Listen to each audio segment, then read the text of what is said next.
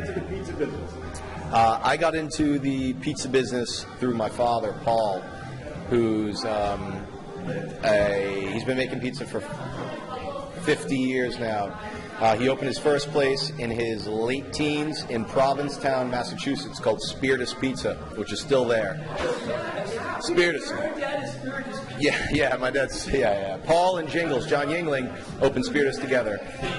Famous. So it's been around a long time. Then he opened a bunch of other places, but he is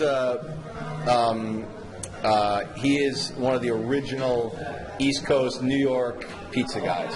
I'm not just saying that because he's my father, but Paul Schneider is one of the old school guys, and a lot of people have been using his recipe and learned from him and are kind of pushing on. But he's still around, and that's where I got all my pizza stuff from him. Yeah. That's cool.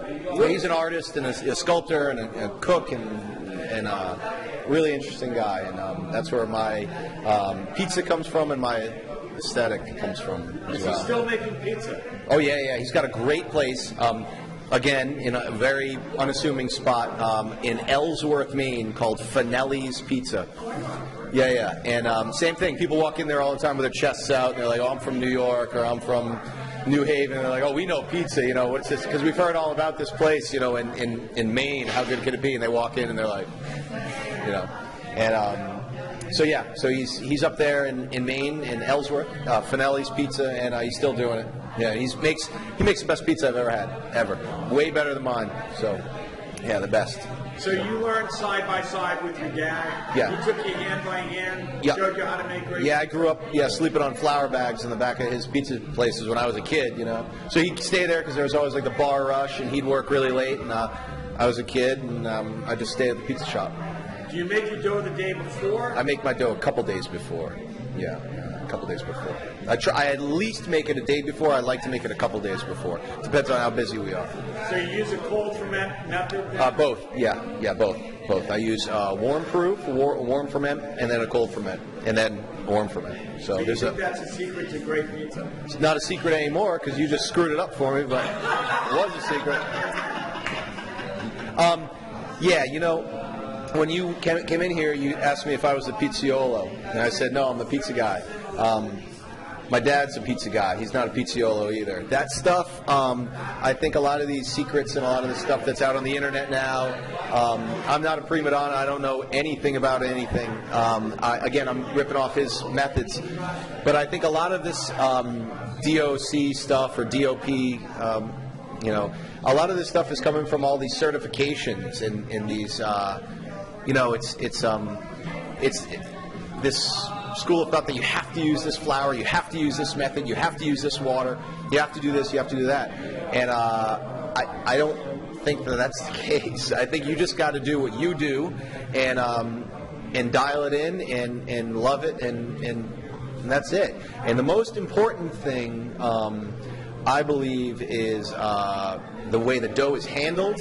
According to my father, he used to call it dough management. He still calls it dough management. The way the way the dough is handled, when it comes out, how long it's sitting around for before it goes into the oven, and also the temperature of the oven. Your oven's got to be hot. They got to be hot, and that's it. But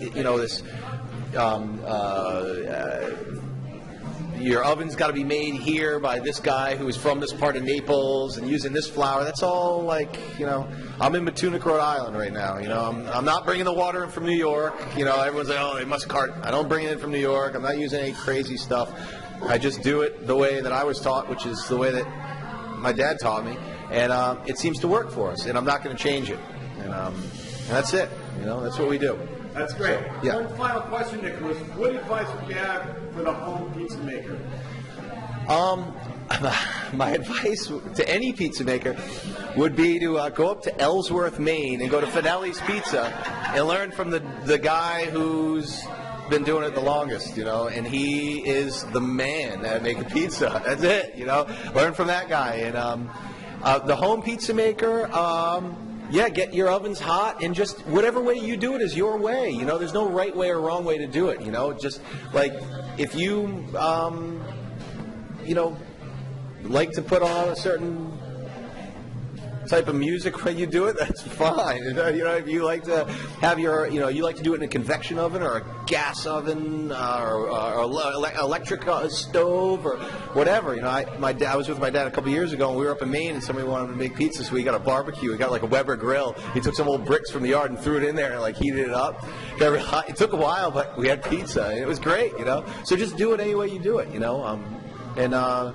That's it. Those are my yeah. Tell us how to find the Strada. La Strada, if you're driving around Matunuck, Rhode Island, you get lost, you'll probably end up at La Strada. That's the way you find it, yeah. That's it. What's the address?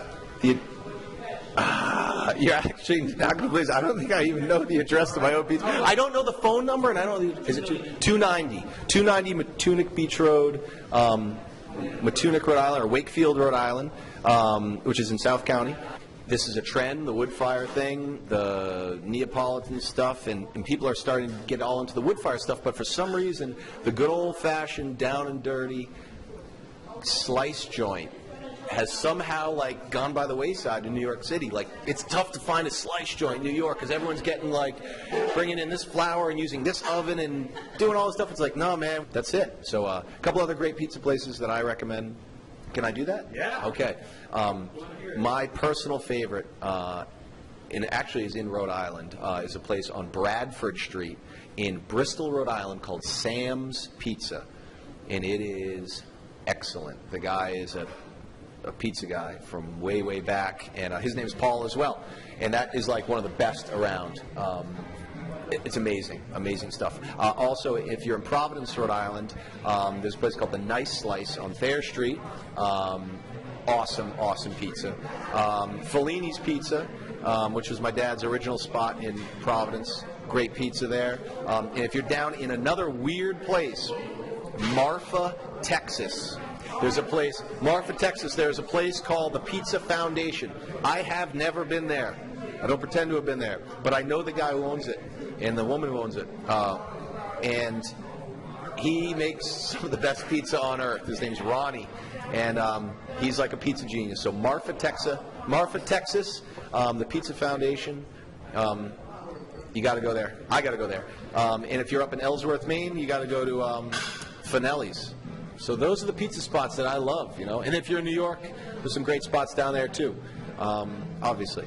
There's great spots everywhere, and that's another thing. Don't judge a book or push anyone aside because they've got some weird out-of-the-way pizza place because pizza only comes from New York or it only comes from New Haven or it comes from all over now. And there's a lot of great stuff out there. And that's it. That's all I got to say about pizza. Love it. Thank you very much. Thanks a lot. Thank you. This video review was brought to you by the Pizza Therapy Pizza Book.